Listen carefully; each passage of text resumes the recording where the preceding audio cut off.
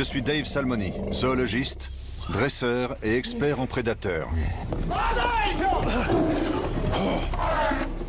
Ma formation me permet de décrypter les situations de conflit entre l'homme et l'animal. Je suis en Afrique, dans une zone connue pour ses attaques mortelles d'hippopotames. Un lieu où l'homme et l'animal s'affrontent sans merci. Le nombre de victimes est si élevé que la science cède parfois la place aux croyances locales et au surnaturel. En Europe, vous utilisez des armes à feu. Nous, en Afrique, on utilise ça. Ce conflit ne ressemble à aucun de ceux que j'ai pu voir auparavant. Pour comprendre ce qui pousse ces animaux à tuer, je dois abandonner mes préjugés scientifiques et plonger dans un monde de magie noire et de possession. La sorcellerie est-elle autorisée ou non? Non, pas du tout. Je peux oublier tout ce que je pensais savoir sur les hippopotames. Après cette aventure, je ne porterai plus jamais le même regard sur les attaques d'animaux. Ces objets sont la preuve qu'il essaye de s'en prendre à quelqu'un. De tuer quelqu'un. Le tuer? Oui.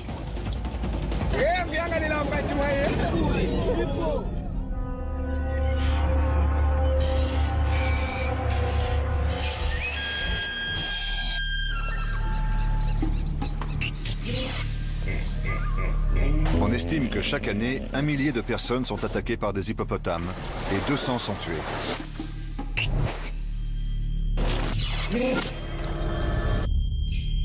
Ici, en Afrique, c'est l'animal le plus dangereux, responsable de plus de morts que n'importe quel grand mammifère. Les hippopotames de la région du Zambèze inférieur sont considérés comme étant plus agressifs que n'importe où ailleurs sur la planète. Si vous cherchez la région du monde où les conflits entre l'homme et l'hippopotame sont les plus nombreux, vous y êtes. Je suis en Zambie, dans le sud de l'Afrique. Ces rivières abritent plus de 40 000 hippopotames, dont beaucoup vivent ici dans le Zambèze inférieur. C'est au confluent du Zambèze et du Kafoué que l'on a recensé le plus grand nombre d'attaques violentes d'hippopotames du pays. Nombre de ces attaques sont si extrêmes et si impensables qu'elles remettent en cause tout ce que la science connaît du comportement animal. Bien que l'agressivité des hippopotames soit ici bien connue, une histoire en particulier a retenu mon attention. Cela s'est passé un peu plus loin en aval, sur une pirogue.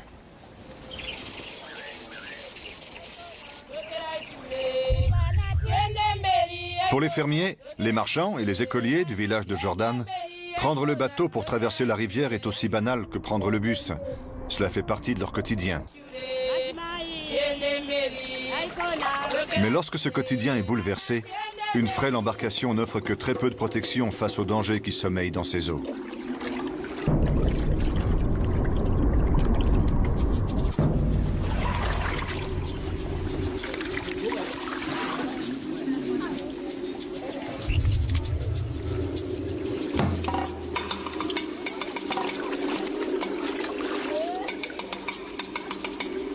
L'hippopotame a attendu que ce bateau précis soit au milieu de la rivière en cette journée fatale pour frapper. Le bateau chavire. 12 personnes luttent contre le courant. En général, les hippopotames sont très prévisibles. Ils frappent une fois et puis ils font demi-tour. Mais ce jour-là, ça ne s'est pas passé comme ça. Ce qui s'est passé ensuite est un comportement inexplicable de la part d'un hippopotame. L'animal s'est retourné et a chargé de nouveau, non pas une ni deux, mais 6 fois, attaquant violemment les passagers dans l'eau. Margaret Chabokela, Obi Tembo, Rose, Maggie, Judy et Kelvin Malimbilimbi sont tous décédés ce jour-là. Coup du sort. Ils étaient tous de la même famille. C'est l'attaque la plus violente et la plus mortelle dont j'ai jamais entendu parler. Et elle défie toutes les règles de comportement attribuées à ces animaux. La présence même d'un hippopotame dans ce bras de rivière si fréquenté est totalement anormale. Et après avoir attaqué une première fois, pourquoi revenir à la charge et s'en prendre aux passagers? Pourquoi poursuivre son attaque jusqu'à avoir tué tous les membres d'une même famille? On pourrait y voir un hasard, mais en Zambie, personne ne croit au hasard. Je suis venu ici pour comprendre ce qui s'est passé et pourquoi c'est arrivé. Était-ce un comportement animal naturel Ou bien y a-t-il autre chose? Aussi étrange que cela puisse nous paraître, les gens d'ici affirment que toute la famille avait été maudite par un sorcier et que c'est lui qui a provoqué cette attaque. J'ai entendu dire qu'une des survivantes habitait encore tout près d'ici. Peut-être pourra-t-elle m'apporter des réponses. En attendant, je dois comparer mes théories sur les attaques d'hippopotames avec les explications que l'on en donne ici. Confronter mes connaissances rationnelles sur le comportement animalier aux croyances surnaturelles locales.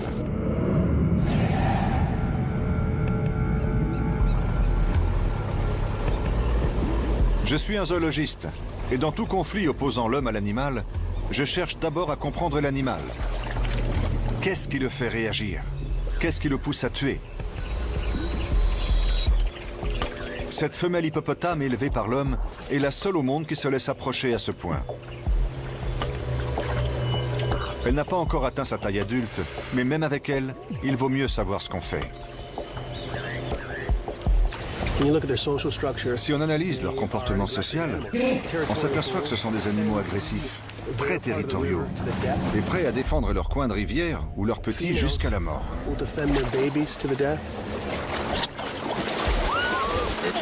Face à une bête comme ça, ou surtout plus grosse, l'être humain n'a aucune chance.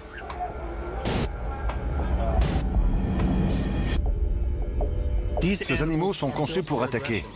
Ils sont territoriaux, nerveux et très agressifs. Si on regarde dans leur bouche, on peut voir ces énormes défenses, ici et ici. Ce sont des armes. Elles ne leur servent pas à manger, uniquement à se battre. Ajoutez à cela leur poids, et vous comprenez comment ils peuvent tuer un homme. Dès lors que l'homme et l'hippopotame partagent un même territoire, le danger guette. C'est justement le cas sur les rives du Zambèze. Ici, tout le monde vit près du fleuve. Son eau est indispensable pour laver, cuisiner, pour boire et irriguer les récoltes. Au fil du temps, les villages et les fermes se sont rapprochés des rives du Zambèze et des marais qui l'entourent. Ironie du sort, cette eau providentielle cache un danger mortel.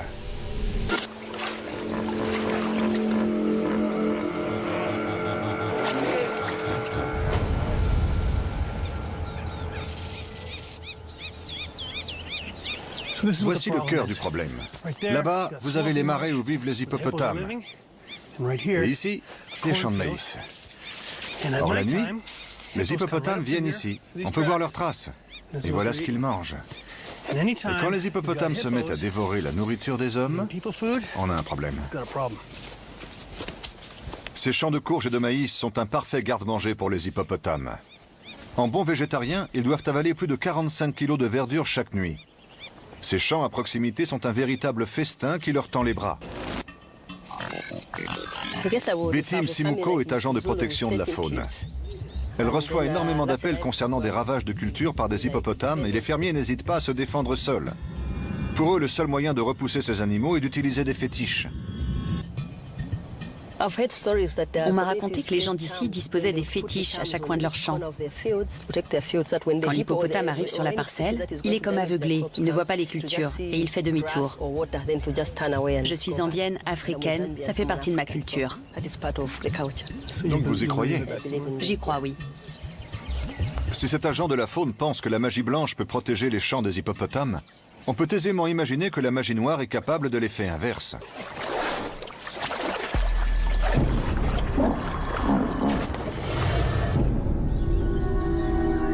Un danger dont les fermiers des alentours sont bien conscients. Bonjour, Madame Zulu. Madame Zulu est agricultrice et mère de famille. Dans une bonne année, elle cultive assez de maïs pour nourrir les 15 membres de sa famille et dispose d'un excédent qu'elle peut vendre. Mais c'est compté sans les hippopotames. Vous avez des problèmes avec les hippopotames? Toutes les nuits, ils viennent dans nos champs. Si personne n'est là pour les chasser, ils mangent tout. Ils dévorent l'équivalent de 10 sacs de nourriture chacun. Que pouvez-vous faire pour vous défendre? Je les mets en fuite. Ce que me raconte Madame Zulu est à peine croyable. Elle fait fuir ces bêtes dangereuses de 30 fois sa taille avec un seau et un bâton. Vous les faites fuir? Quand je tape sur mon tambour, les hippopotames s'enfuient. Mais parfois, ils reviennent. Quelques fétiches et un tambour de fortune sont-ils suffisants pour protéger Madame Zulu et ses récoltes? Je passe la nuit dans sa ferme pour le vérifier et découvrir ce qu'elle et sa famille doivent endurer à chaque fois que le soleil se couche. C'est à cette heure que les hippopotames sortent de la rivière pour dévorer les récoltes de Madame Zulu. Elle nous a demandé de la suivre pour nous faire une démonstration. Je me suis déjà trouvé à proximité d'hippopotames, mais j'ai toujours su garder mes distances. Ce soir, je me dirige vers eux un peu sceptique. Est-ce vraiment une bonne idée? J'ai entendu quelque chose par là.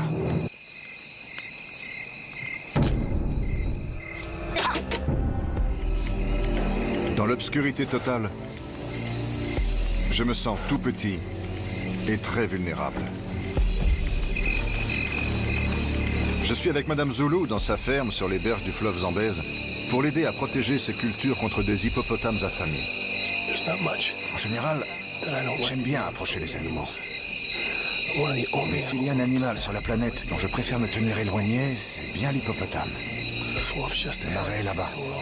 On patrouille dans ce champ pour voir si les hippopotames viennent manger.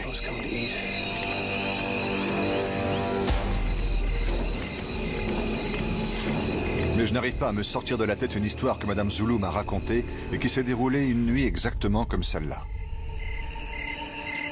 C'était en novembre 2003 dans un champ tout près d'ici. 3 fermiers patrouillaient à la recherche d'hippopotames en train de détruire des récoltes. Sans aucun fétiche, armés seulement de tambours de fortune, une tactique qui avait jusqu'alors fait ses preuves et permis de repousser les hippopotames jusque dans leur marais. Mais cette nuit-là, un des animaux en avait décidé autrement. Les tambours n'ont fait que le mettre en rage. Il a chargé les 3 fermiers avec l'intention de tuer.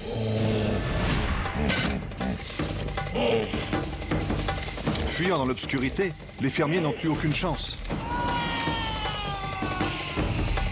Le lendemain matin, Pedro Acagnoli, Wilson Bacasso et Andrew Moulemois ont été retrouvés morts. Même en observant scrupuleusement les règles de sécurité habituelles, si l'hippopotame est décidé à tuer, il le fera. Et si tel est le cas ce soir, toute mon expérience avec les animaux dangereux ne me sera pas d'un grand secours.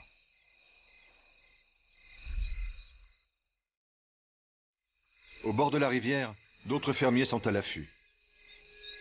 Un simple clapotis dans l'eau suffira à donner l'alerte. Heureusement, notre équipe de tournage dispose d'une caméra thermique qui lui permet de voir ce que nous ne pouvons qu'entendre.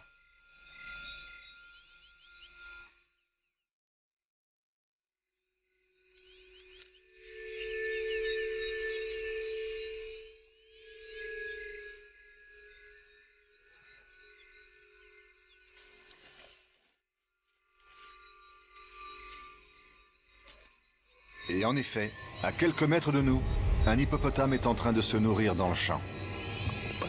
Il y a un hippopotame par là-bas. La caméra thermique l'a repéré. Nous avons juste entendu un bruit qui nous a indiqué sa présence. L'animal nous a contournés et s'enfonce un peu plus dans le champ. Nous le suivons. J'ai entendu quelque chose par là. Tu le vois? Par là-bas. La caméra thermique ne détecte rien par ici. Oui, vers la gauche. Par ici, juste là. À cette distance, si l'hippopotame décide de charger, nous sommes tous morts. Là. Cette fois-ci, Madame Zulu en sort vainqueur et sans la moindre blessure. Mais l'animal reviendra. Et Madame Zulu ne sera peut-être pas aussi chanceuse la prochaine fois. Ces gens n'ont pas de caméra thermique. Et en chassant ces animaux de leur champ, ils mettent réellement leur vie en danger. Même si j'ai vraiment envie d'être en totale immersion et de vivre ce qu'ils vivent, je n'ai ni la volonté, ni le courage nécessaire pour me retrouver face à face avec un hippopotame. L'hippopotame de Madame Zulu est dangereux, mais ils ne semblent pas assoiffés de sang comme certains des animaux dont j'entends parler. Des animaux qui, selon les croyances locales, sont manipulés par la sorcellerie. L'hippopotame qui a attaqué l'embarcation, tuant 6 membres de la même famille, a fait preuve d'un tout autre niveau d'agressivité et de préméditation. Quoi qu'il en soit, j'ai appris l'existence d'une survivante. Madame Zulu m'a dit de me rendre dans le village de Jordan, où se cache la survivante, encore traumatisée par ce qu'elle a vécu ce jour-là. Je veux à tout prix lui parler. Arrivé au village, on m'indique où la trouver. Ce matin-là, j'ai pris le premier bateau. Samamwa Matayo, 38 ans, se trouvait sur le bateau avec le reste des passagers lors de cette matinée fatale.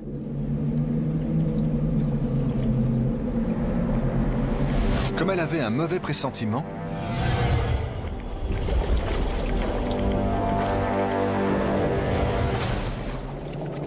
elle est descendue avant le départ. Depuis le rivage, elle a été témoin de l'attaque. C'est la première fois qu'elle raconte ce qu'elle a vu. J'ai beaucoup de chance. Le bateau venait de partir quand l'hippopotame est arrivé.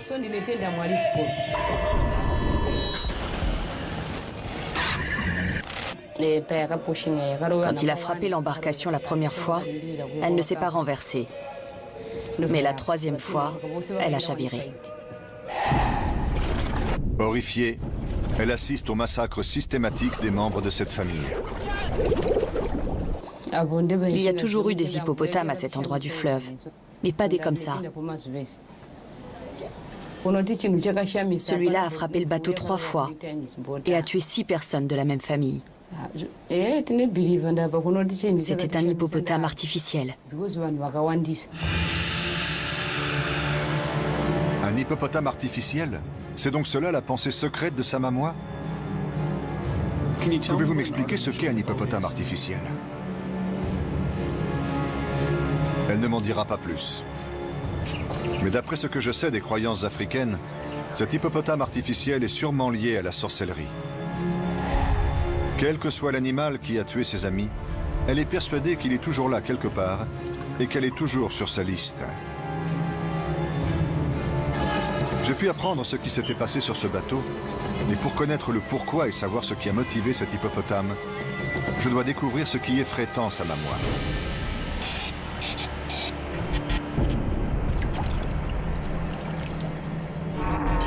D'abord, leçon de survie. Les hippopotames sont des animaux très nerveux. Avancez lentement, gardez une voix calme et ne vous placez jamais derrière eux, là où ils ne pourraient pas vous voir. Si vous donnez des coups dans l'eau ou frappez sur des tambours en pleine nuit, vous allez vous attirer des ennuis. Au fait, n'essayez surtout pas ça chez vous. Je me trouve dans la région du Zambèze inférieur pour enquêter sur une violente attaque d'hippopotame qui a tué les 6 membres d'une même famille dans une pirogue. Je viens d'apprendre que la magie noire et un mystérieux hippopotame artificiel pourraient être impliqués. Toute la région est frappée par d'incessantes attaques d'une extrême violence qui vont à l'encontre de tout ce que je sais du comportement normal de ces animaux. N'importe quel spécialiste des hippopotames vous dirait qu'un hippopotame peut attaquer sans raison apparente. Mais là, il s'agit d'une attaque totalement gratuite. Cela s'est passé en amont, sur la rivière Kafoué, où ont eu lieu de nombreuses autres attaques dans le village de Chisakila.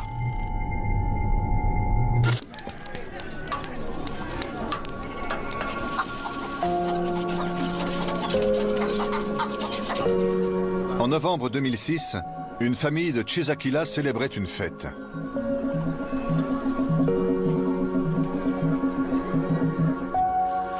Cela devait être une journée de festin et de danse. Timothy Fury avait été invité par sa nièce. Les cérémonies avaient lieu en contrebas sur les rives de la rivière Kafoué. Alors qu'il enfile ses plus beaux habits, Timothy peut entendre la musique et les premières danses.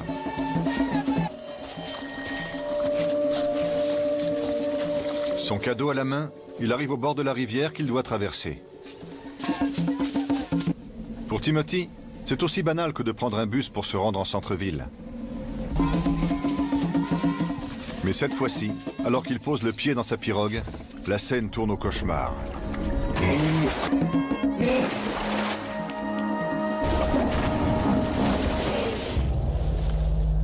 Si vous vivez près d'une rivière, vous devez la traverser au quotidien.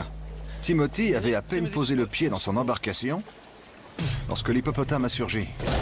Un hippopotame en pleine sieste sous la pirogue aurait pu être surpris et attaqué. Mais aucune explication rationnelle ne justifie ce qui s'est passé ensuite. Timothy parvient à se hisser sur la rive, mais apparemment, cet hippopotame a décidé de le tuer. L'animal va se déchaîner. Il revient à la charge, saisit Timothy et l'entraîne dans les eaux. On sait que les hippopotames sont prêts à tout pour défendre leur territoire ou leurs petits. Mais dans ce cas précis, Timothy n'avait rien fait.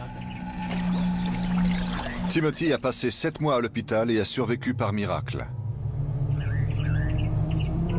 Mais il y a laissé une jambe.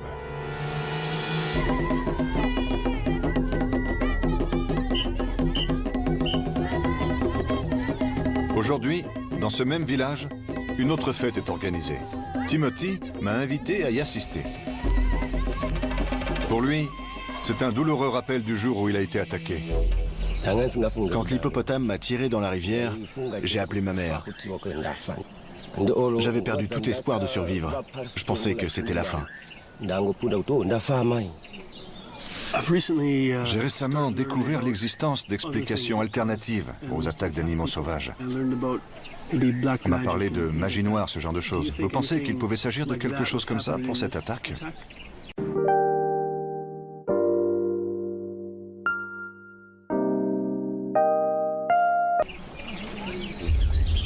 Il voulait vraiment me tuer. J'ai eu de la chance de survivre. La réponse de Timothy est évasive. Peut-être pense-t-il qu'un occidental comme moi va se moquer de ses croyances. Mais il est difficile, même pour un scientifique, de décrire cette attaque sans la qualifier de brutale, haineuse et même diabolique. Les similitudes avec l'attaque du bateau qui a décimé une famille entière me semblent évidentes.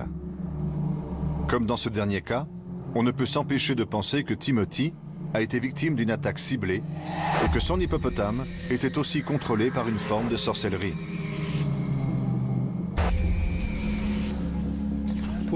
Si je n'ai pas peur d'approcher les animaux sauvages, c'est parce que j'ai étudié leur comportement et leur biologie. Mais les gens d'ici, qui vivent à leur contact au quotidien, pensent qu'il y a plus que ça. J'ai besoin de réponses claires. Comment allez-vous? Ça va. Je veux savoir comment la magie noire peut ordonner à un hippopotame d'attaquer. Je m'adresse donc à un guérisseur traditionnel à qui on prête des pouvoirs occultes.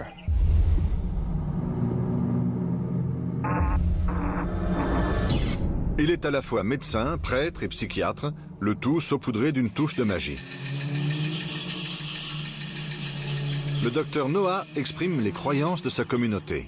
Je voudrais connaître son avis sur la série d'attaques d'hippopotames inexpliquées. Là d'où je viens, quand un animal attaque un humain, on considère que c'est le hasard, c'est de la malchance. C'est ce qu'on pense ici aussi?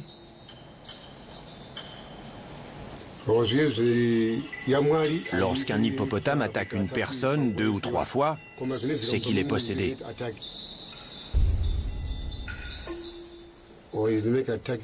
On peut posséder un hippopotame pour le contrôler et le faire tuer des gens. Ça arrive souvent. Pour le cartésien que je suis, les propos du docteur Noah n'ont aucun fondement scientifique. Mais imaginez un instant que cela soit vrai. Cela expliquerait ce qui s'est passé sur le bateau. Et cela correspond parfaitement à ce que la survivante Samamoua m'a raconté. J'ai un peu de mal à intégrer ces théories. Mais si les gens d'ici y croient si fermement, il doit bien y avoir un fond de vérité. J'ai moi-même été témoin de comportements totalement inexplicables chez des animaux. Il serait arrogant de ma part de penser que la science peut tout expliquer. Si je veux comprendre ce qui s'est vraiment passé ce jour-là sur la rivière, je ne dois écarter aucune possibilité.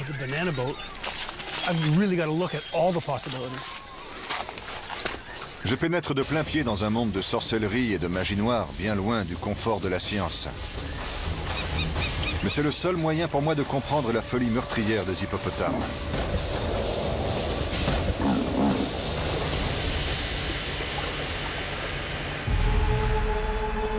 Je suis au cœur de la Zambie pour découvrir les raisons qui ont poussé un hippopotame à attaquer une embarcation et à tuer 6 membres d'une même famille. La magie noire serait responsable des attaques d'animaux les plus violentes. Ceux qui en savent le plus sur les hippopotames sont ceux qui risquent leur vie à leur contact au quotidien. Les pêcheurs du Zambèze. Bonjour, je m'appelle Dave. Vincent Kashiki. Enchanté, Vincent. Enchanté. Vincent m'explique qu'il compte sur la chance et sur ses fétiches. Ça repousse les hippopotames? Parfois, oui, mais pas toujours. Parfois, ça ne marche pas. Ouais. On peut pêcher aujourd'hui? Oui. Ces hommes croient au pouvoir des fétiches, même s'ils ne sont pas toujours efficaces. En tout cas, mon frêle esquif ne résistera pas aux assauts d'un hippopotame. Il y a beaucoup d'hippopotames? Oui, mais on craint rien. Je suis Canadien. Les Canadiens font du canoë tout le temps.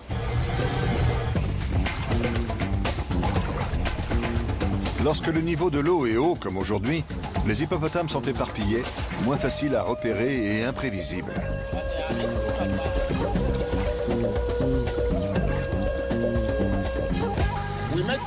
On utilise ça pour faire du bruit dans l'eau. Lorsqu'il entend ce son, le poisson est effrayé et il se disperse. Il ne sait pas que je l'envoie vers mon filet. On fait comme ça.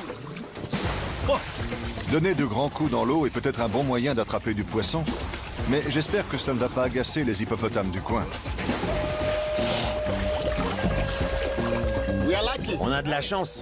Regarde. Oh, on en a un! On en a un! Super. Oh, il est énorme!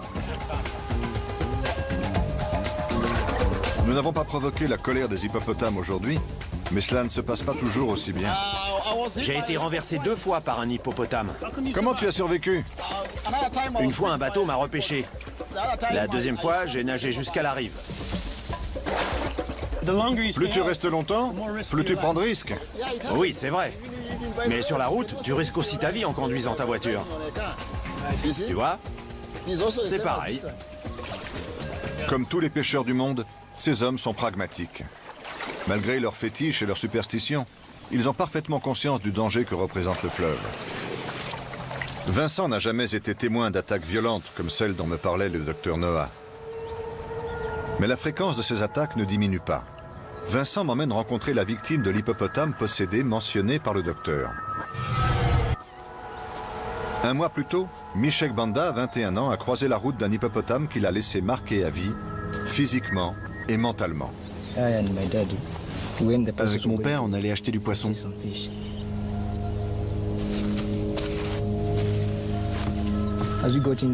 En montant dans le bateau, on a vu les hippopotames au loin, à bonne distance. Michek et son père, Lawrence, vivent près de Siavonga.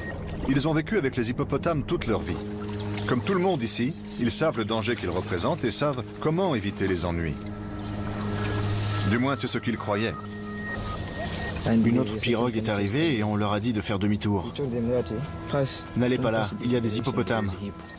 Allez là où l'eau est plus profonde. Lawrence et Michek ignorent alors qu'un hippopotame se dirige également vers les eaux profondes. Ils font route droit sur lui. On arrivait dans les eaux profondes lorsque l'hippopotame a frappé.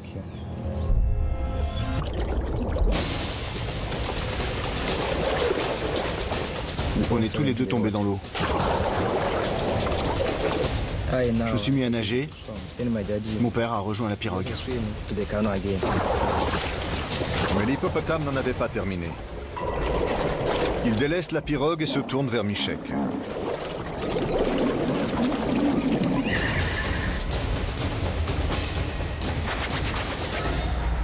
Michek a été littéralement éventré. As-tu pensé qu'il allait te tuer? Oui, c'est ce qu'ils font en général. Le drame vécu par Michek correspond à ce que le docteur Noah m'a décrit. Un comportement extrême et l'animal qui revient à la charge pour tuer. Mais Michek fait-il le lien avec la magie noire? Certaines personnes dans cette région pensent que parfois un individu ou un esprit peut posséder un hippopotame pour s'en prendre à quelqu'un.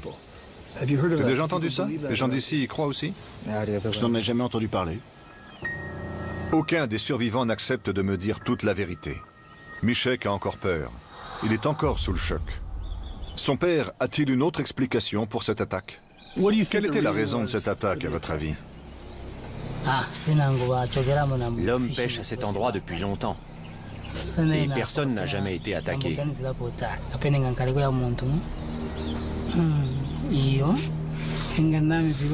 Maintenant, certains utilisent des fétiches pour posséder les hippopotames et leur faire tuer des gens. Comme ça, les gens pensent qu'ils ont été attaqués par un vrai hippopotame.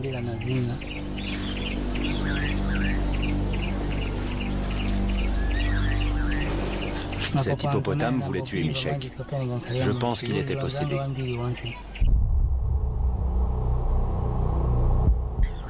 Cela confirme ce que le docteur Noah m'a raconté. À cet instant précis, tout cela semble bien réel. Je me rapproche de la vérité sur l'attaque de l'embarcation. Je comprends pourquoi Samamois, la survivante que j'ai rencontrée, a si peur. Mais pour comprendre ce concept d'hippopotame artificiel, je dois m'éloigner de mon univers scientifique et plonger corps et âme dans leur monde de sorcellerie.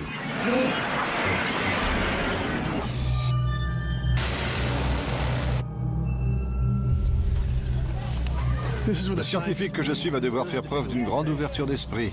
Ce qui se passe ici va peut-être me permettre de comprendre ce qui s'est passé ce jour-là sur l'embarcation. Je suis revenu à l'épicentre des violentes attaques d'hippopotames dans le cœur de cette région déchirée, au village de Jordan. Depuis l'incident de la pirogue et les autres attaques brutales, les villageois suspectent qu'un sorcier vit parmi eux et les accable de sa malédiction.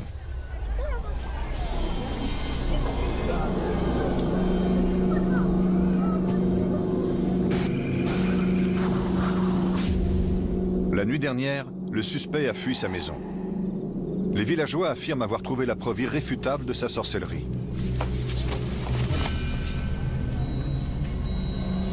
Il se couvre le nez, non pas à cause de l'odeur, mais pour se protéger du malin.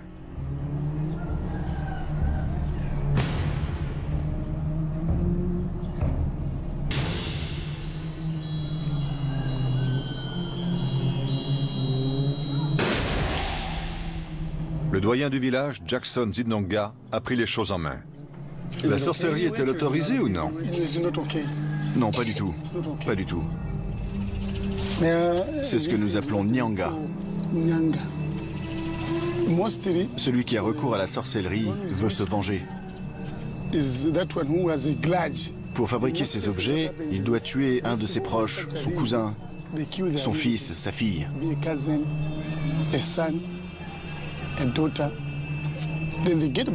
Il récupère ensuite son sang et le met dans cet objet qu'il a fabriqué. Ces étranges figurines faites de bois, de peau animale et de tissu ressemblent à des poupées vaudou. Certaines représentent clairement des animaux. On dirait un lion. Donc, si je comprends bien, la personne fabrique ce lion, prend le sang d'un de ses proches et le met dessus. Oui. Et ensuite, il peut transformer l'objet en lion. un vrai lion? Oui, oui. Ces objets sont donc la preuve qu'il essaie de s'en prendre à quelqu'un. De le tuer. De le tuer? Oui. Voilà donc comment un sorcier tue. Il fabrique une figurine animale qu'il couvre du sang d'un proche assassiné et s'en sert pour posséder un véritable animal sauvage et le pousser à attaquer sa victime. Peut-être est-ce cela l'hippopotame artificiel dont Samamois me parlait. On peut faire ça avec un hippopotame? Oui, ils font aussi des hippopotames artificiels. Ok. Et si j'en voulais une famille entière? Vous pourriez tous les tuer. Peu importe le nombre. Oui. L'hippopotame qui a attaqué la pirogue était donc un animal réel, mais un sorcier avait utilisé une figurine de ce genre pour le contrôler et le forcer à tuer.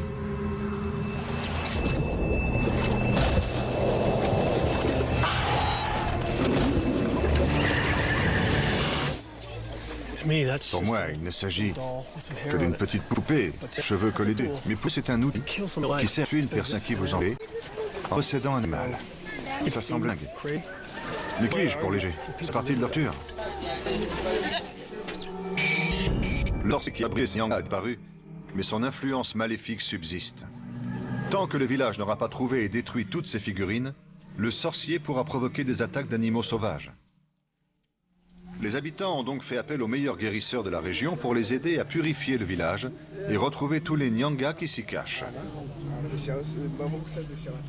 Si le guérisseur que j'ai rencontré tout à l'heure était l'équivalent de votre médecin de famille, le docteur Mumba serait un chirurgien de renommée mondiale. En Europe, vous utilisez des armes à feu. Nous, en Afrique, on utilise ça. Le docteur Mumba est issu d'une longue lignée de guérisseurs. Il est reconnu dans toute la Zambie pour ses facultés uniques.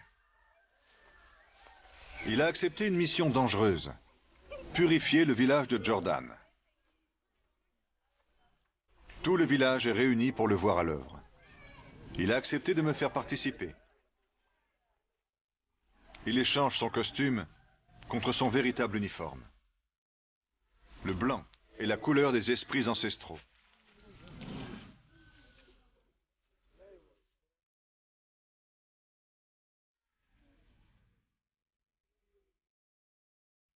Il est capable de les invoquer dans son propre corps et d'entrer en transe pour qu'ils puissent agir à travers lui.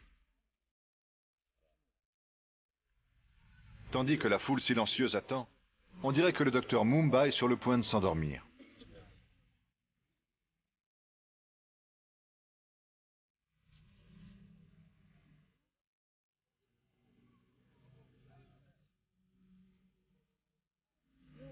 Mais ce bâillement n'est pas naturel.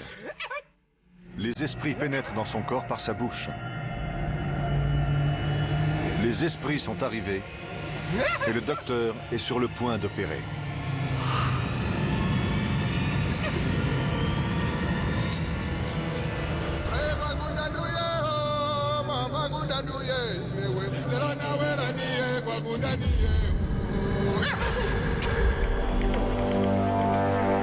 Je suis dans le village de Jordan où le docteur Mumba, guérisseur, est entré en transe pour purger le village du démon et trouver des idoles animales cachées. Très vite, les esprits qui s'expriment à travers lui détectent une présence maléfique à l'autre bout de la ville.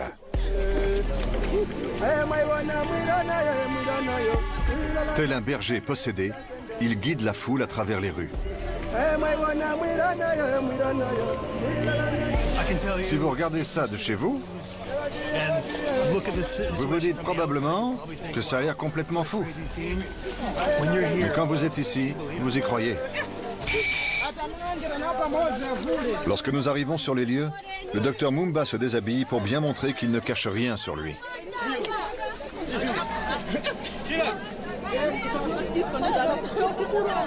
Il sait qu'un Nyanga est caché par ici, l'une des poupées vaudou que j'ai vues l'autre jour. Il ne reste plus qu'à le trouver. Les esprits lui indiquent qu'il se trouve sous cette hutte. Nous nous mettons donc à creuser. Dans la foule amassée, la tension monte. On me pousse vers l'avant et les traducteurs du docteur me demandent de l'aider. Allez-y. Mettez votre main à l'intérieur. Pas question. Je m'occupe d'animaux en chair et en os. Je préférerais encore devoir attraper un tigre. La dernière chose au monde que j'ai envie de faire, c'est mettre ma main dans ce trou. Ils me disent que cette eau médicinale me protégera de tout ce qui peut se trouver dans ce trou. Je ne prends aucun risque. Dégoulinant d'eau magique, je plonge ma main à l'intérieur. Je sens quelque chose. Je sens quelque chose. Ça bouge. C'est le truc le plus flippant que j'ai jamais vu. Il respire. On vient de déterrer un truc qui se trouvait sous cette maison depuis des années. Je vous jure que j'ai tiré ce truc. Vous avez vu les bulles? Il respire. Oui, je vois les bulles, il respire. Ce truc respire. Peu importe ce que j'ai trouvé au fond de ce trou. Il devait s'y trouver depuis des années. Mais je le jure, je l'ai senti bouger dans ma main. Et je l'ai vu respirer dans ce seau d'eau. C'est un hippopotame? J'arrive pas à y croire.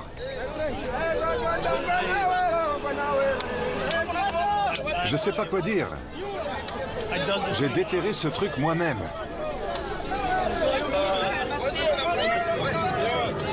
Ce n'est pas un simple nyanga. C'est un nyanga d'hippopotame.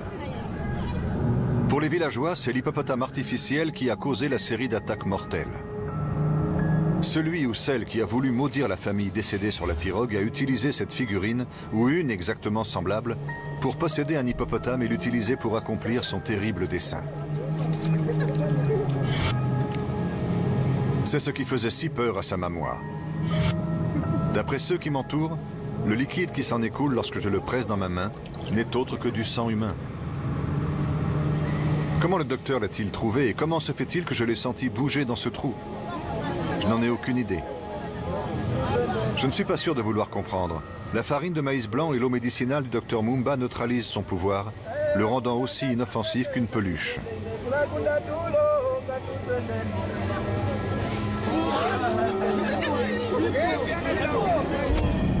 Le docteur le présente à la foule pour leur montrer qu'il a purgé la malédiction du village. La magie noire du sorcier fugitif a disparu. Je vous jure, j'ai enfoncé mon bras jusqu'au coude dans une terre vraiment compacte. S'il l'a caché là, il l'a fait il y a 4 ans. Être capable de le retrouver 4 ans plus tard, c'est quasiment impossible. Je suis un grand sceptique, je suis un scientifique. Je n'ai aucune idée de ce qu'il vient de faire. Si cette magie a un réel pouvoir, je suis plus près d'y croire que je ne l'étais il y a 5 minutes. Que j'y croie ou non, ce n'est pas ça le plus important. Pour ces gens, une malédiction vient d'être levée. Il y aura d'autres attaques d'hippopotames et d'autres sorciers. Mais pour l'instant au moins, Samamoa Matayo, seule survivante de l'attaque de la pirogue, peut reprendre le cours de sa vie libérée de la peur. Je suis venu ici persuadé que mes connaissances en comportement animalier me fourniraient toutes les réponses face à ces attaques d'hippopotames. Aujourd'hui, je n'en suis plus si sûr. Je repars avec plus de questions que de réponses.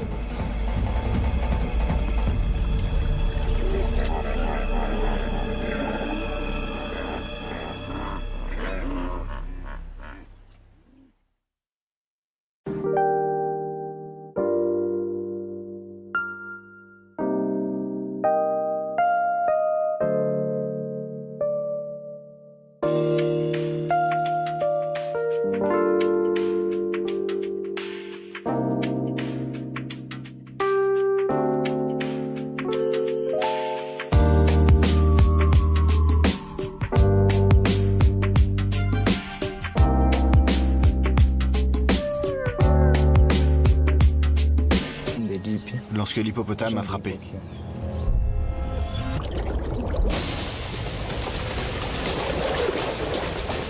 On est tous les deux tombés dans l'eau. Je me suis mis à nager. Mon père a rejoint la pirogue. Mais l'hippopotame n'en avait pas terminé. Il délaisse la pirogue et se tourne vers Michek.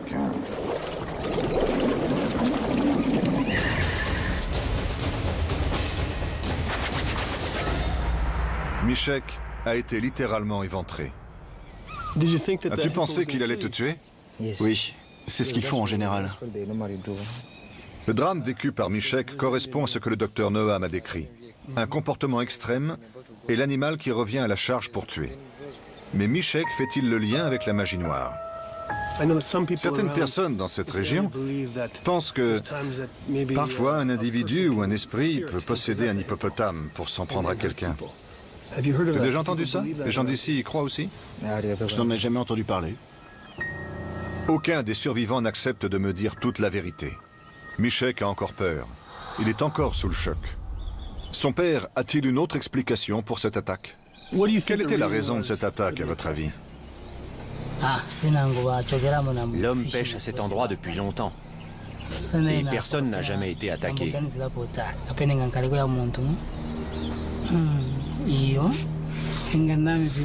Maintenant, certains utilisent des fétiches pour posséder les hippopotames et leur faire tuer des gens. Comme ça, les gens pensent qu'ils ont été attaqués par un vrai hippopotame.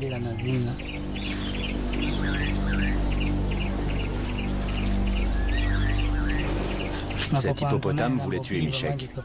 Je pense qu'il était possédé.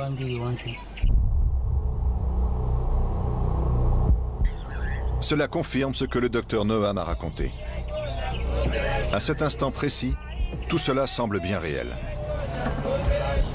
Je me rapproche de la vérité sur l'attaque de l'embarcation. Je comprends pourquoi Samamois, la survivante que j'ai rencontrée, a si peur. Mais pour comprendre ce concept d'hippopotame artificiel, je dois m'éloigner de mon univers scientifique et plonger corps et âme dans leur monde de sorcellerie.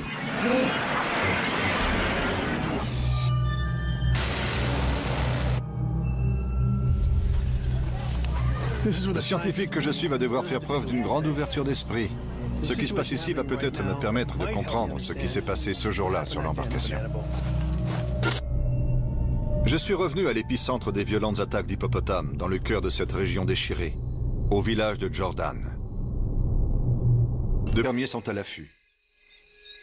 Un simple clapotis dans l'eau suffira à donner l'alerte. Heureusement, notre équipe de tournage dispose d'une caméra thermique qui lui permet de voir ce que nous ne pouvons qu'entendre.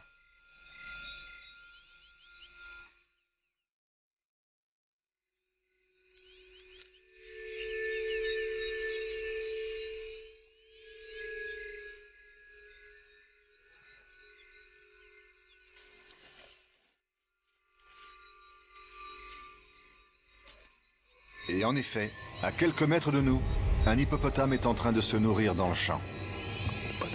Il y a un hippopotame par là-bas. La caméra thermique l'a repéré. Nous avons juste entendu un bruit qui nous a indiqué sa présence. L'animal nous a contournés et s'enfonce un peu plus dans le champ. Nous le suivons. J'ai entendu quelque chose par là. Tu le vois? Par là-bas. La caméra thermique ne détecte rien par ici. Oui, vers la gauche. Par ici, juste là. À cette distance, si l'hippopotame décide de charger, nous sommes tous morts. Là. Cette fois-ci, Madame Zulu en sort vainqueur et sans la moindre blessure. Mais l'animal reviendra. Et Madame Zulu ne sera peut-être pas aussi chanceuse la prochaine fois. Ces gens n'ont pas de caméra thermique. Et en chassant ces animaux de leur champ, ils mettent réellement leur vie en danger. Même si j'ai vraiment envie d'être en totale immersion et de vivre ce qu'ils vivent, je n'ai ni la volonté, ni le courage nécessaire pour me retrouver face à face avec un hippopotame. L'hippopotame de Madame Zulu est dangereux, mais il ne semble pas assoiffé de sang comme certains des animaux dont j'entends parler. Des animaux qui, selon les croyances locales, sont manipulés par la sorcellerie. L'hippopotame qui a attaqué l'embarcation, tuant 6 membres de la même famille, a fait preuve d'un tout autre niveau d'agressivité et de préméditation. Quoi qu'il en soit, j'ai appris l'existence d'une survivante.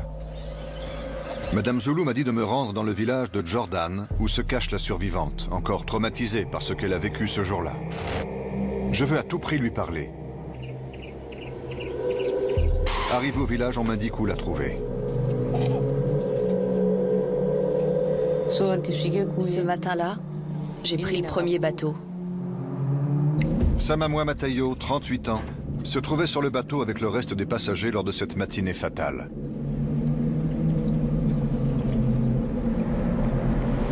Comme elle avait un mauvais pressentiment,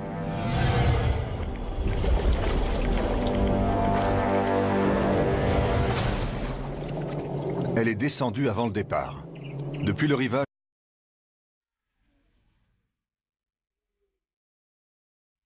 il est capable de les invoquer dans son propre corps et d'entrer en transe pour qu'ils puissent agir à travers lui.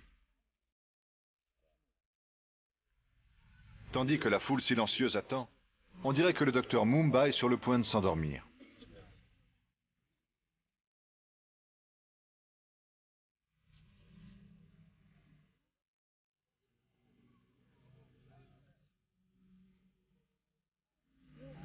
Mais ce bâillement n'est pas naturel. Les esprits pénètrent dans son corps par sa bouche. Les esprits sont arrivés et le docteur est sur le point d'opérer.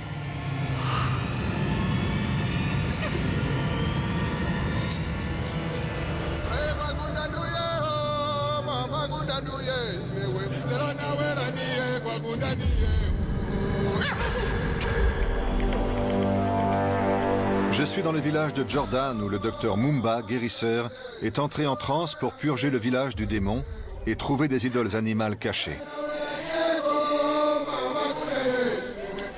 Très vite, les esprits qui s'expriment à travers lui détectent une présence maléfique à l'autre bout de la ville.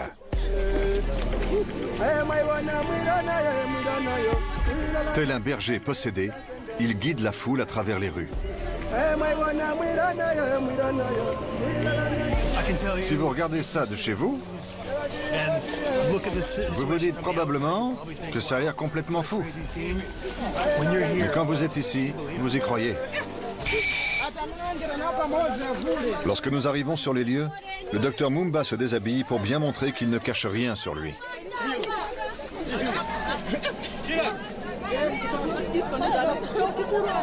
Il sait qu'un Nyanga est caché par ici, l'une des poupées vaudou que j'ai vues l'autre jour.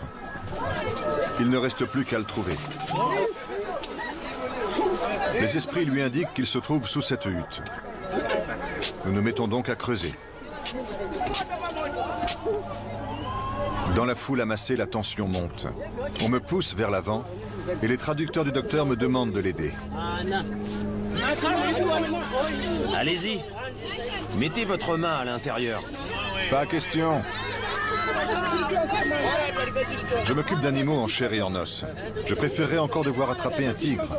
La dernière chose au monde que j'ai envie de faire, c'est mettre ma main dans ce trou. Ils me disent que cette eau médicinale me protégera de tout ce qui peut se trouver dans ce trou. Je ne prends aucun risque. Dégoulinant d'eau magique, je plonge ma main à l'intérieur. Je sens quelque chose. Je sens quelque chose. Ça bouge. Je tire de la tête une histoire que Madame Zulu m'a racontée et qui s'est déroulée une nuit exactement comme celle-là.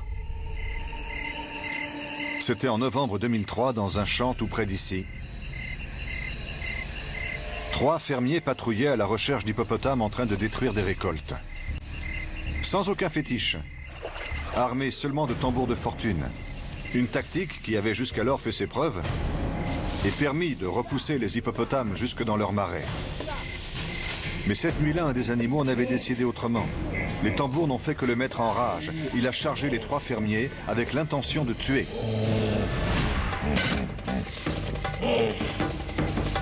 Fuyant dans l'obscurité, les fermiers n'ont eu aucune chance. Le lendemain matin, Pedro Acagnoli, Wilson Bacasso et Andrew Moulemois ont été retrouvés morts.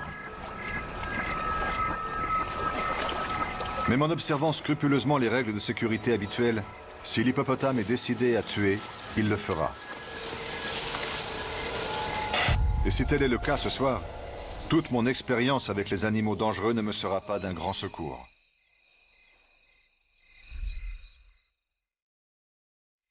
Au bord de la rivière, d'autres fermiers sont à l'affût. Un simple clapotis dans l'eau suffira à donner l'alerte. Heureusement, notre équipe de tournage dispose d'une caméra thermique qui lui permet de voir ce que nous ne pouvons qu'entendre.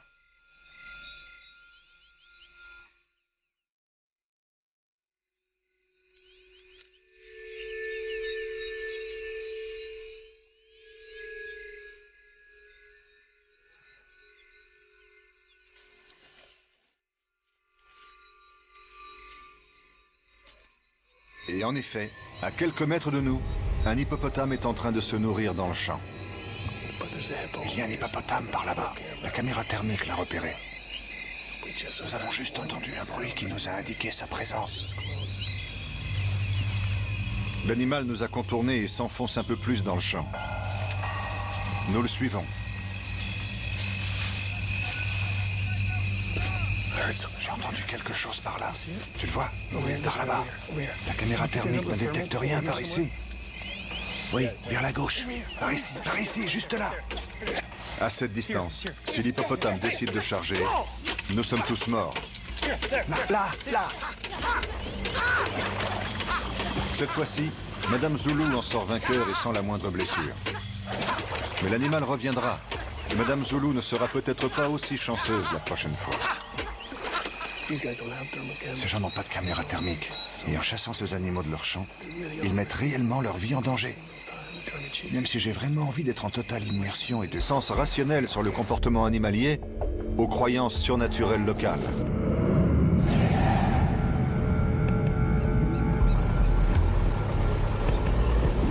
Je suis un zoologiste, et dans tout conflit opposant l'homme à l'animal, je cherche d'abord à comprendre l'animal. Qu'est-ce qui le fait réagir? Qu'est-ce qui le pousse à tuer? Cette femelle hippopotame élevée par l'homme est la seule au monde qui se laisse approcher à ce point. Elle n'a pas encore atteint sa taille adulte, mais même avec elle, il vaut mieux savoir ce qu'on fait. Si on analyse leur comportement social, on s'aperçoit que ce sont des animaux agressifs, très territoriaux, et prêts à défendre leur coin de rivière ou leurs petits jusqu'à la mort.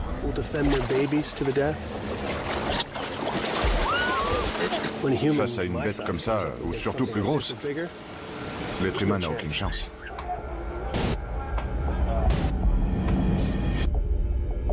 Ces animaux sont conçus pour attaquer. Ils sont territoriaux, nerveux et très agressifs. Si on regarde dans leur bouche, on peut voir ces énormes défenses, ici et ici. Ce sont des armes. Elles ne leur servent pas à manger, uniquement à se battre. Ajoutez à cela leur poids, et vous comprenez comment ils peuvent tuer un homme. Dès lors que l'homme et l'hippopotame partagent un même territoire, le danger guette. C'est justement le cas sur les rives du Zambèze. Ici, tout le monde vit près du fleuve. Son eau est indispensable pour laver, cuisiner, pour boire et irriguer les récoltes. Au fil du temps, les villages et les fermes se sont rapprochés des rives du Zambèze et des marais qui l'entourent. Ironie du sort, cette eau providentielle cache un danger mortel.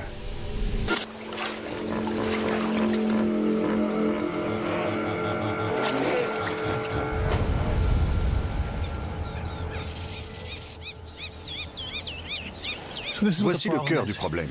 Là-bas, vous avez les marais où vivent les hippopotames. Et ici, les champs de maïs. Or, la nuit, les hippopotames viennent ici. On peut voir leurs traces. Et voilà ce qu'ils mangent. Et quand les hippopotames se mettent à dévorer la nourriture des hommes, on a un problème. Ces champs de courges et de maïs sont un parfait garde-manger pour les hippopotames. En bons végétariens, ils doivent avaler plus de 45 kilos de verdure chaque nuit. Ces champs à proximité sont un véritable festin qui leur tend les bras. Betty Msimuko est agent de protection de la faune.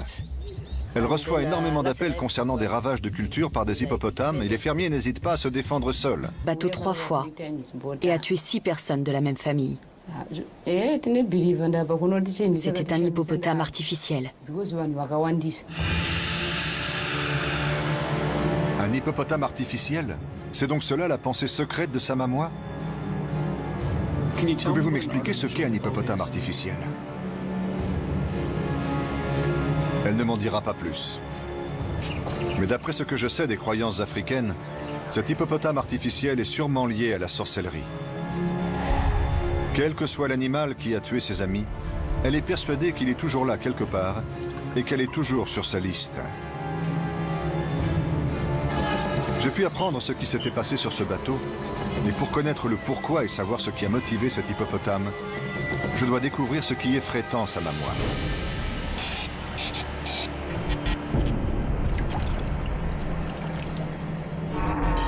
D'abord, leçon de survie.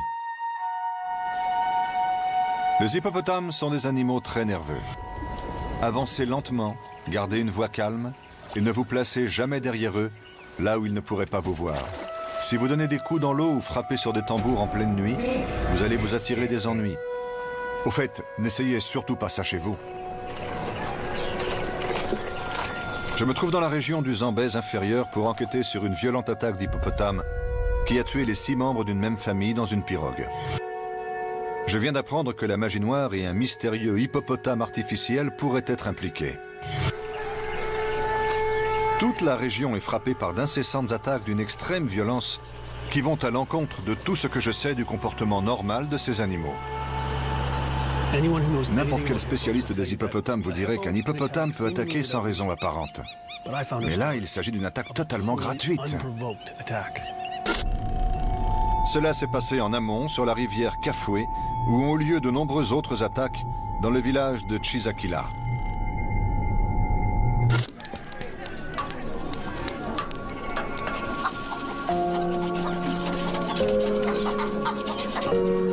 En novembre 2006, une famille de Chisakila célébrait une fête.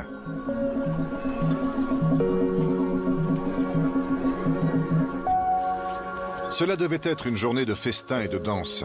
Timothy Fury avait été invité par sa nièce. Les cérémonies avaient lieu en contrebas sur les rives de la rivière Kafue. Alors qu'il enfile ses plus beaux habits, Timothy peut entendre la musique et les premières danses.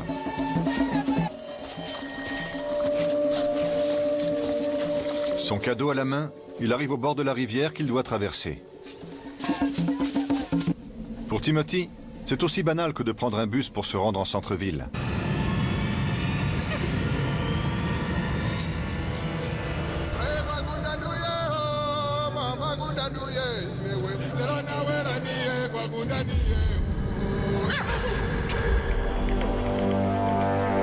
Je suis dans le village de Jordan où le docteur Mumba, guérisseur, est entré en transe pour purger le village du démon et trouver des idoles animales cachées.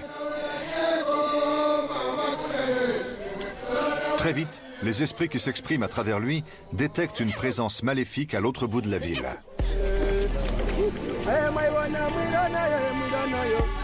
Tel un berger possédé, il guide la foule à travers les rues. Si vous regardez ça de chez vous, vous vous dites probablement que ça a l'air complètement fou. Mais quand vous êtes ici, vous y croyez. Lorsque nous arrivons sur les lieux, le docteur Mumba se déshabille pour bien montrer qu'il ne cache rien sur lui.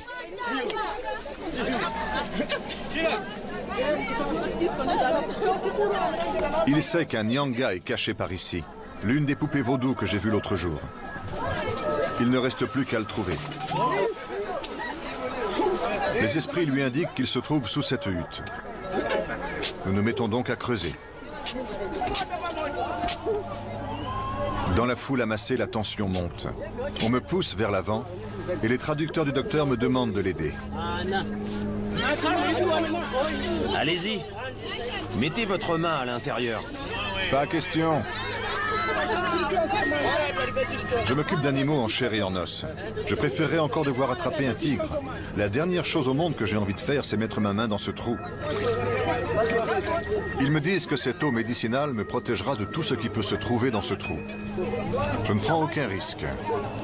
Dégoulinant d'eau magique, je plonge ma main à l'intérieur.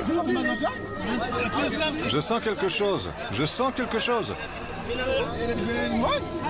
Ça bouge.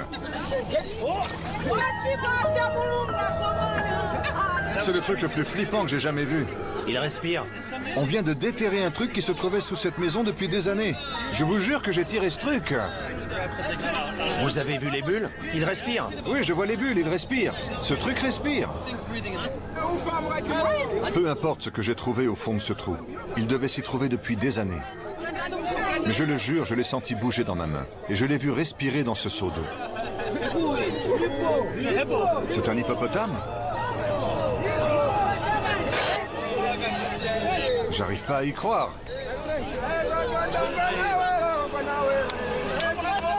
Je sais pas quoi dire. J'ai déterré ce trou à revenir à la charge et s'en prendre aux passagers. Pourquoi poursuivre son attaque jusqu'à avoir tué tous les membres d'une même famille?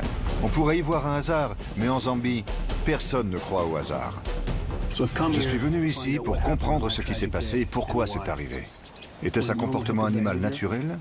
Ou bien y a-t-il autre chose?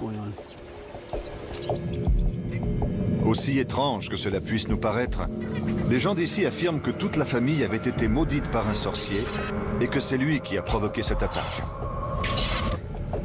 J'ai entendu dire qu'une des survivantes habitait encore tout près d'ici. Peut-être pourra-t-elle m'apporter des réponses. En attendant, je dois comparer mes théories sur les attaques d'hippopotames avec les explications que l'on en donne ici. Confronter mes connaissances rationnelles sur le comportement animalier aux croyances surnaturelles locales.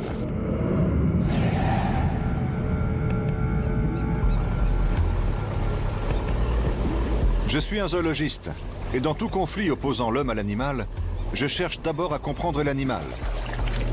Qu'est-ce qui le fait réagir? Qu'est-ce qui le pousse à tuer? Cette femelle hippopotame élevée par l'homme est la seule au monde qui se laisse approcher à ce point. Elle n'a pas encore atteint sa taille adulte, mais même avec elle, il vaut mieux savoir ce qu'on fait. Si on analyse leur comportement social, on s'aperçoit que ce sont des animaux agressifs, très territoriaux, et prêts à défendre leur coin de rivière ou leurs petits jusqu'à la mort.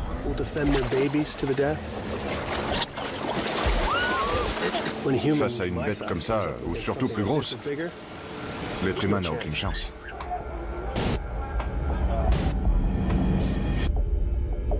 Ces animaux sont conçus pour attaquer. Ils sont territoriaux, nerveux et très agressifs. Si on regarde dans leur bouche, on peut voir ces énormes défenses, ici et ici. Ce sont des armes. Elles ne leur servent pas à manger, uniquement à se battre. Ajoutez à cela leur poids, et vous comprenez comment ils peuvent tuer un homme. Dès lors que l'homme et l'hippopotame partagent un même territoire, le danger guette. C'est justement le cas sur les rives du Zambèze. Ici, tout le monde vit près du fleuve. Son eau est indispensable pour laver, cuisiner, pour boire et irriguer les récoltes. Au fil du temps, les villages et les fermes se sont rapprochés des rives du Zambèze et des marais qui l'entourent. Ironie du sort, cette eau providentielle cache un danger mortel.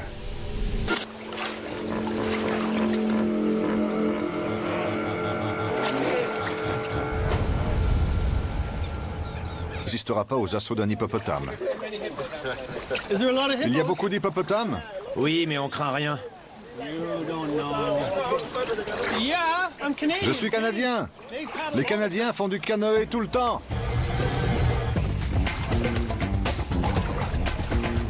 Lorsque le niveau de l'eau est haut, comme aujourd'hui, les hippopotames sont éparpillés, moins faciles à repérer et imprévisibles.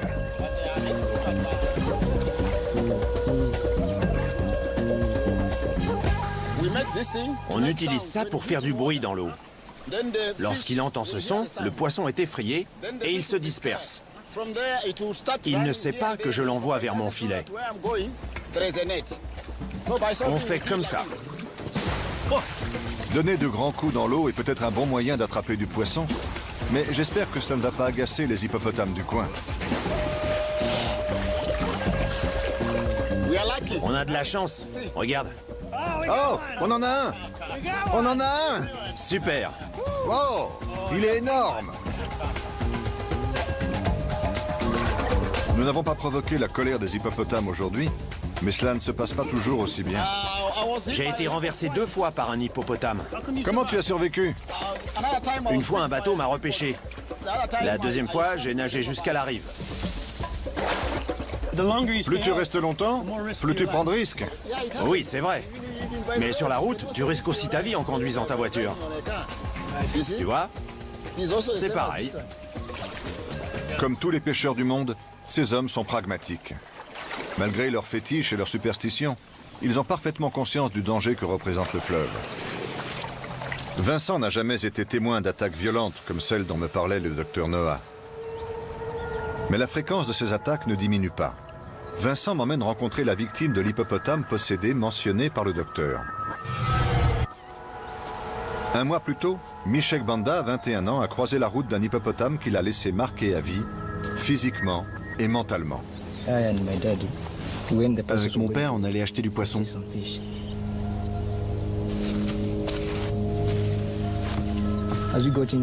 En montant dans le bateau, On a vu les hippopotames au loin, à bonne distance. Michek et son père, Lawrence, vivent près de Siavonga. Ils ont vécu avec les hippopotames toute leur vie. Comme tout le monde ici, ils savent le danger qu'ils représentent et savent comment éviter les ennuis. Du moins, c'est ce qu'ils croyaient. Une autre pirogue est arrivée et on leur a dit de faire demi-tour. N'allez pas là, il y a des hippopotames. Allez là où l'eau est plus profonde. Lawrence et Michek ignorent alors qu'un hippopotame se dirige également vers les eaux profondes.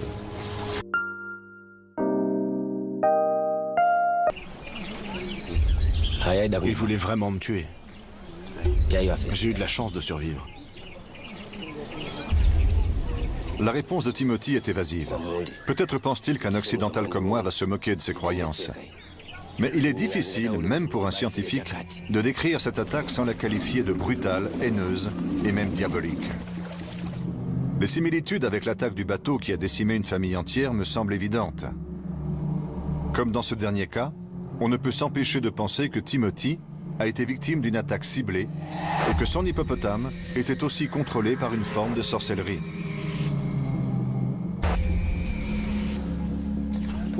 Si je n'ai pas peur d'approcher les animaux sauvages, c'est parce que j'ai étudié leur comportement et leur biologie. Mais les gens d'ici, qui vivent à leur contact au quotidien, pensent qu'il y a plus que ça. J'ai besoin de réponses claires. Comment allez-vous? Ça va. Je veux savoir comment la magie noire peut ordonner à un hippopotame d'attaquer. Je m'adresse donc à un guérisseur traditionnel à qui on prête des pouvoirs occultes.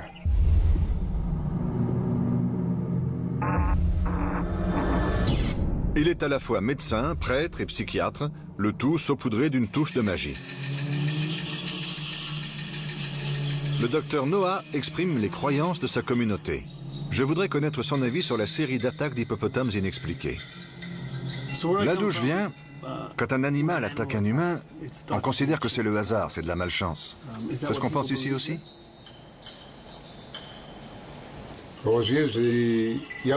Lorsqu'un hippopotame attaque une personne 2 ou 3 fois, c'est qu'il est possédé. On peut posséder un hippopotame pour le contrôler et le faire tuer des gens. Ça arrive souvent. Pour le cartésien que je suis, les propos du docteur Noah n'ont aucun fondement scientifique. Mais imaginez un instant que cela soit vrai. Cela expliquerait ce qui s'est passé sur le bateau. Et cela correspond parfaitement à ce que la survivante Samamoua m'a raconté. J'ai un peu de mal à intégrer ces théories. Mais si les gens d'ici y croient si fermement, il doit bien y avoir un fond de vérité. J'ai moi-même été témoin de comportements totalement inexplicables chez des animaux.